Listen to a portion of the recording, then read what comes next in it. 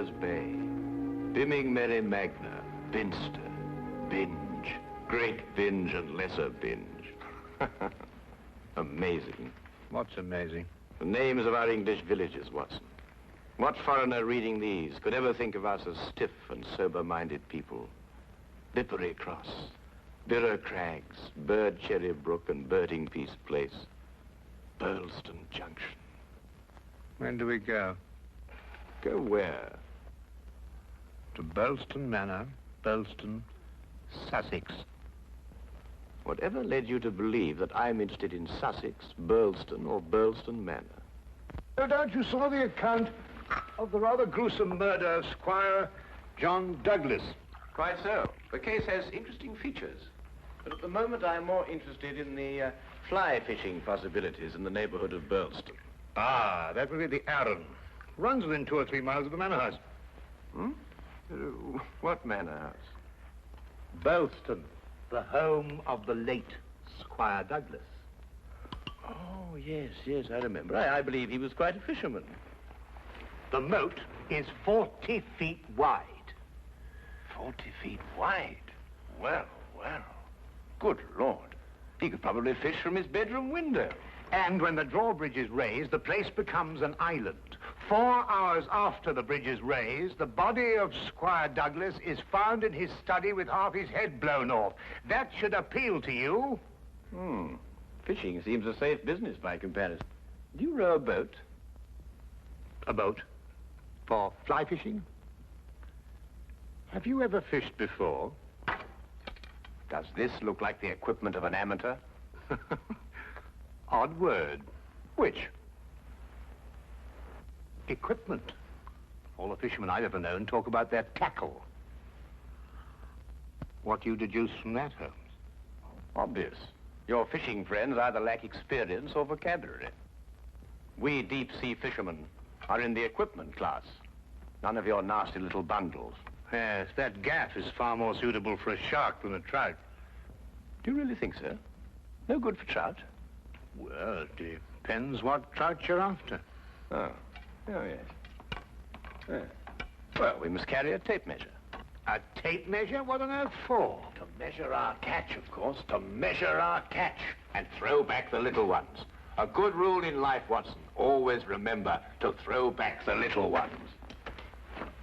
You think our prey will count as a big one or a little one?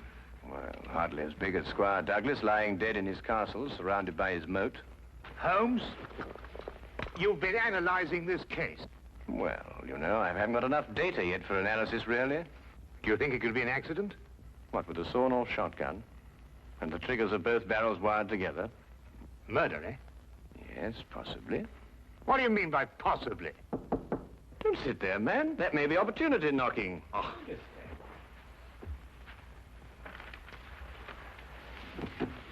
Come in.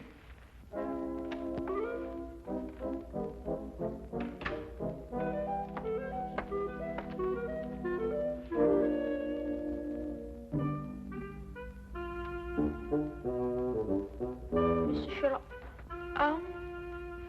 The fisherman. Hold on! Oh, come on! Blowing me! No, In there, boy. But it's only a little one. Would you like it, Watson?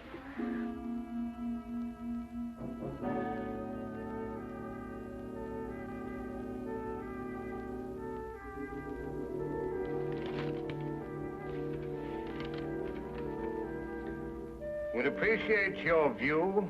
Intriguing affair, Burlston Manor. Signed, Inspector McLeod.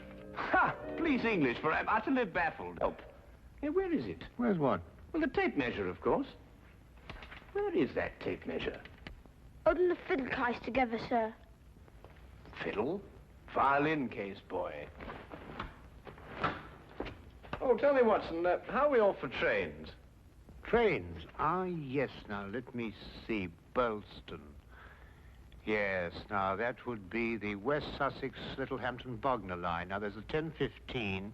Now, that doesn't stop. Of course, it's a 12:3. That will get us in at 4:2 or 4:7. I say, I'd forgotten, actually. You'd say you can't remember whether it's 4-2 or 4-7. Come, Watson, you're slipping. Blimey. Does it keep all the times in his head? Where else, of course? We are a nation of railway pioneers, my boy. Like a great many Englishmen before him, Dr. Watson restricts his reading to the Bible, the Times, and Bradshaw's Railway Guide to the British Isles. Here, boy. Man of the March Hares, that's what you two are.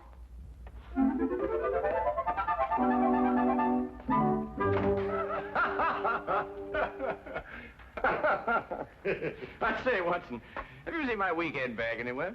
I suspect it's under the stairs. Mrs. Hudson got very tired of seeing it lying about. Oh, good. Well, that means it hasn't been unpacked anyway. I assume not. Excellent. Then everything is ready. Oh, be a good fellow, would you, and dig out that bag and put it in the cab along with that tackle. Why? Aren't you going to be here? I have a little reading to do. Pick me up at the British Museum Library, say half an hour before the train leaves. Now, look here, Holmes. This is no time to go reading. You'll miss the train. I cannot vouch for the punctuality of Dr. Watson or the reliability of the company's steam engines, but I, for one, propose to be at Burleston Halt at 4:02 p.m. precisely.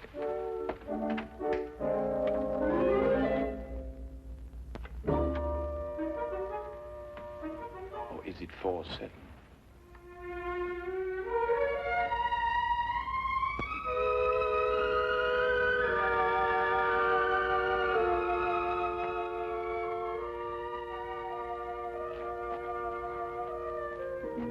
It was a nice piece of work, if I say so myself.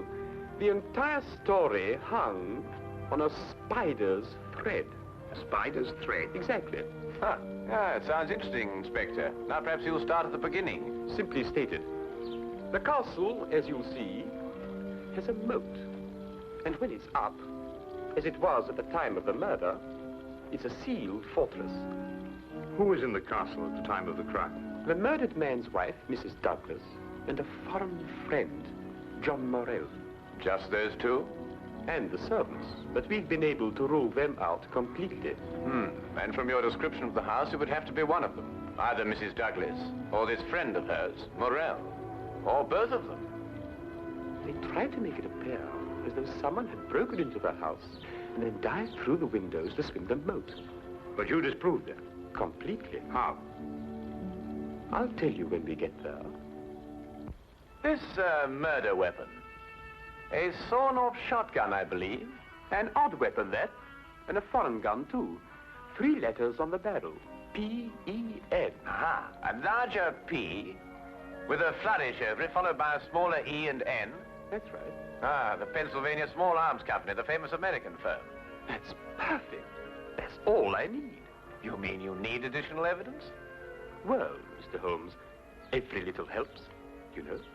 Then your case against Morell is not complete. It's complete as far as... How did you know Morell is the murderer? How did you know? He has to be. Why? He's the only one who could be. Suppose I were to tell you that Morell is not your murderer. How do you know? Yes, Holmes. How do you know? Why didn't you arrest him? Well, He doesn't act like a murderer. Ah, he's too self-confident, eh? That's right. Seems to be daring you to arrest him. Yes. How do you know all this? Holmes, do you know this man Morell? Fascinating. Fascinating. The case has suddenly assumed the most astounding proportions and the most astonishing challenge, Watson.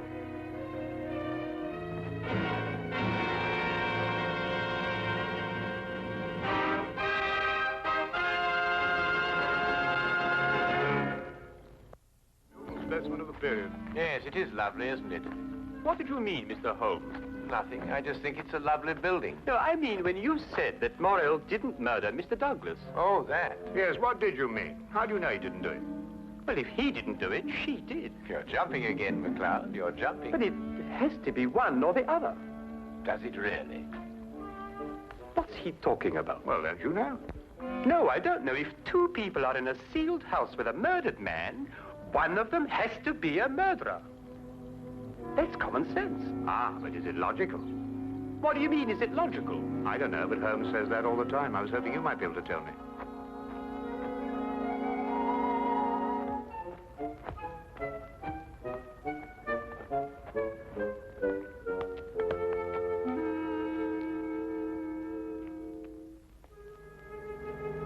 He hasn't been moved. That's just the way we found him last night. Watson? Of course, death was instantaneous. I should say so. The charge was not fired directly into the face, as the newspapers account have it. Uh-huh. I'd say the blast came from below and that the gun was almost vertical. Excellent, Watson. Excellent. May I see this shotgun, McLeod? Holmes, look at this. Good Lord. Well, it's a brand like cattle. Well, how old would you say it was? Have you got your glass there? Yes. Thank you. It's very difficult to estimate marking like this, Holmes, but I'd say it's over 15 years. 20. Mr. Morrell? At your service, Mr. Holmes. Dr. Watson. News travels quickly. This is a small village. You said 20 years? Yes. The same age as this. It stands for the Mesa Valley, Arizona. Gold claim number 341. That is where John and I met 20 years ago. There were 3 of us. We registered the claim, worked it, and then sold it. We divided the money in thirds and went our different ways. 2 years ago, I looked John up here and stayed on. I liked it. And the third partner? He lost his money, and I believe his mind. He came to believe that we had cheated him. And he swore to kill us 10 years ago. Why didn't he? He couldn't find us. No, we didn't have the same names at the time. Do you think your old partner could have done that? I don't know, Mr. Holmes. I am not the detective. True. True. Well, we must bear that in mind. You tried to make it appear as though another man had been here and went out through the window. Did I? He tried to build an elaborate story. A man of his size was seen passing through the village wearing a loud tweed topcoat and a wide-brimmed hat. He was heading this way. On the window ledge, there is a footprint in blood, indicating, of course, that the murderer dived through the window and swam the moat. But he didn't. How do you know?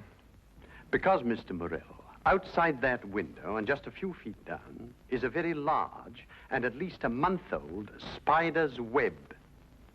Anyone jumping or diving through the window would have to pass through the web. And no one did. Well done, McLeod. Well done. A spider's web. The English police have the most amazing allies, I must say. Now that you have made your deductions, Mr. MacLeod, exactly what do they mean to me? For the moment, nothing. But I suggest you do not leave the castle grounds. And if I try to live?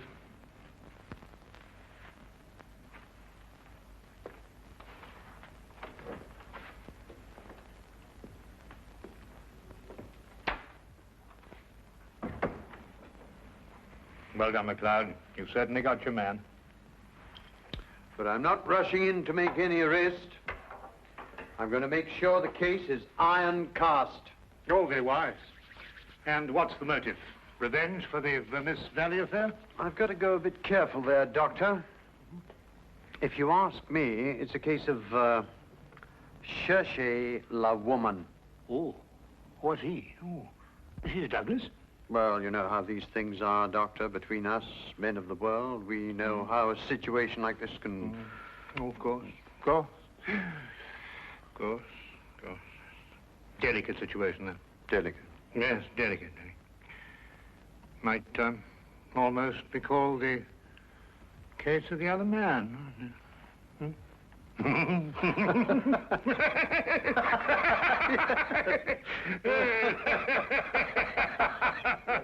The other dumbbell. Who?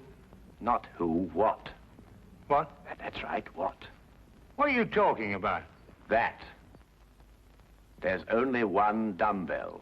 One dumbbell. That's right. Well, There's only one dumbbell, Watson. I know. That's it over there. Yes, where's the other one? Well, I don't know. I've only just come here. Do you know where the other one is? What difference does it make? Well, that's right, yes. What difference does it make? Maybe there is only one dumbbell. One dumbbell? But they come in twos. Perhaps he only had one. Watson, do you mean to tell me that you can stand there, surrounded by all these athletic trophies, and suggest to me that such a man would only use one dumbbell? Well, what difference does it make? Yes, what difference does it make? Huh. Well, if you two are convinced that you can solve the case with the aid of a convenient spider, I'm going fishing. You're what? Oh, he's going fishing. He's brought his tackle. Why? To catch fish. Then I take it you're satisfied with my analysis of the crime. Find the dumbbell. Hang the dumbbell. You can't hang him until you find him. Who? The man who took the dumbbell.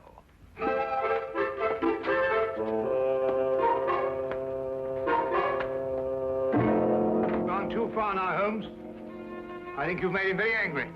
Then he should fish. It soothes the nerves. Are you really going to fish? I am. Where? Out of that window. It looks very comfortable. Well, what do you expect to catch? A herring. A red herring. May I have the tape measure, Watson? To measure a red herring? To measure the big red herrings. The little ones I plan to throw back. Holmes, you're up to something. I am. What? Would you like to help? Of course. Well, look. Take the good inspector down to the local pub and keep him there for at least an hour. While you fish for red herring? At the moment, I'm fishing for bait. I don't know what you're talking about, but I'll do it. Good. Remember, 1 hour. I may enjoy myself in the local and stay too.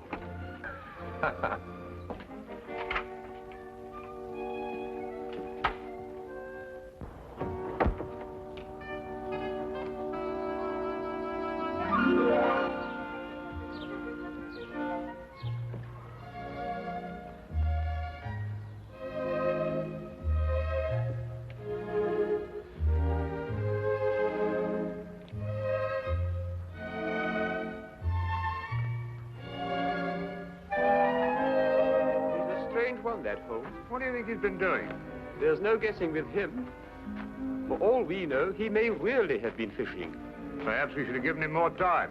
He's been an hour. That's all he asked for. Yes, that's right enough. Inspector McLeod. Hello, Sergeant. Have you seen Mr. Holmes? I certainly have, sir. What's wrong? You know the staircase in that room? Huh? Mr. Holmes was sliding down them banisters. He was what? That's right, sir. Sliding down the banisters he was. Well, he was probably investigating something. Probably. Well, let's ask him. There must be some reason behind it. Good afternoon, gentlemen.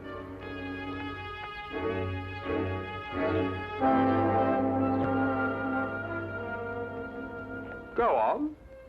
Ask him. Ask me what? Well? What have you been doing while we were away? Well, first I fished, No. and then I slid down the banisters. I told you. Why? Why not? Well, And you, Inspector McLeod, are going to drain the moat. I'm going to what? Drain the moat. Empty it right down to the bottom. I can't do that. That's a major engineering job. Don't you realize that's a real river that runs round the house? Well, in that case, don't drain the moat, but tell everyone you're going to. And then what? Then we'll all meet back here in an hour's time. and see if we can find somebody pulling something out of the moat. Exactly. What? Red herrings. As mad as a March hare.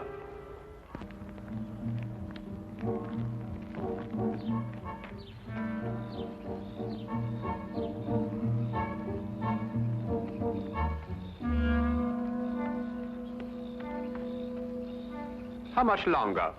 Not much. You're certain everyone believes they're going to drain the moat? I don't know who believes it, but everyone knows I said it. Do you think someone will come to the murder room? Someone has been in it for some time. How do you know? The lights are out. Because I left them on. Look, what? That's it, let's go.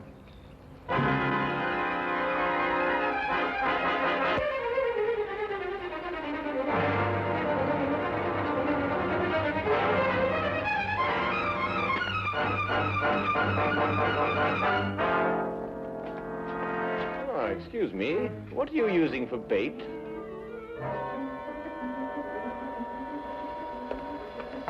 Oh, would you mind holding this? Thank you. What clothes did you say the stranger was wearing, McLeod? A loud tweed topcoat and a wide-brimmed hat. Like these?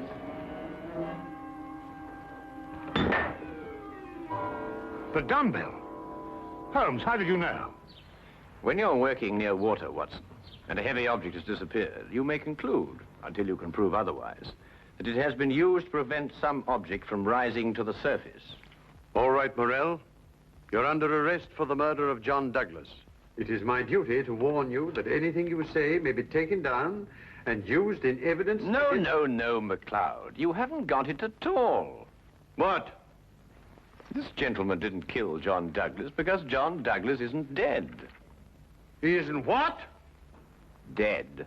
The man whose body you discovered in here is the very man who came back to... No, you're not with me, are you, McLeod? Would you tell him, please? These clothes belong to our third partner. The man who's been searching for you for 10 years. Yes. He found us and arrived here with a shotgun. He and John struggled, and the shot went off. That explains the vertical angle of the blast. In the ensuing struggle, the gun went off. I heard the report and ran down immediately. I timed it from your room. 15 seconds if you run, and 10 seconds if you slide down the banisters. I ran. I thought you would. John was panic-stricken when he saw what he had done. I got the idea to change their identities. But then where is Douglas? With the aid of my tape measure, I was able to ascertain that there is a hollow space behind that wall. I imagine it conceals a passage under the moat. Yes, Mr. Holmes, it does. And John has had a 36-hour head start. We'll stop him. I told him you would. I'll issue orders for the apprehension of Mr. Douglas, and we'll talk about your part in this, sir, in the morning. You have conspired to conceal evidence. I'll still be here in the morning, Inspector.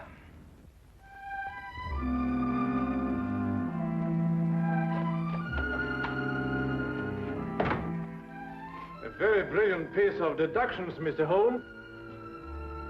An excellent application of applied psychology. I haven't been tricked many times in my life. You must remember that the next time you become involved with murder. And you can now continue your fishing in a more normal manner. Fishing? No, I don't care for it, really. Unless it's deep sea, of course. Yes. But in the absence of an ocean in the immediate vicinity, I think we'd better start back to Baker Street immediately. Well, now, there's a 9:13 or a 10:23. The 10:23 will hold us up at Tunbridge quite a while. While it waits to connect. Thank you, Mr. Holmes. Not at all.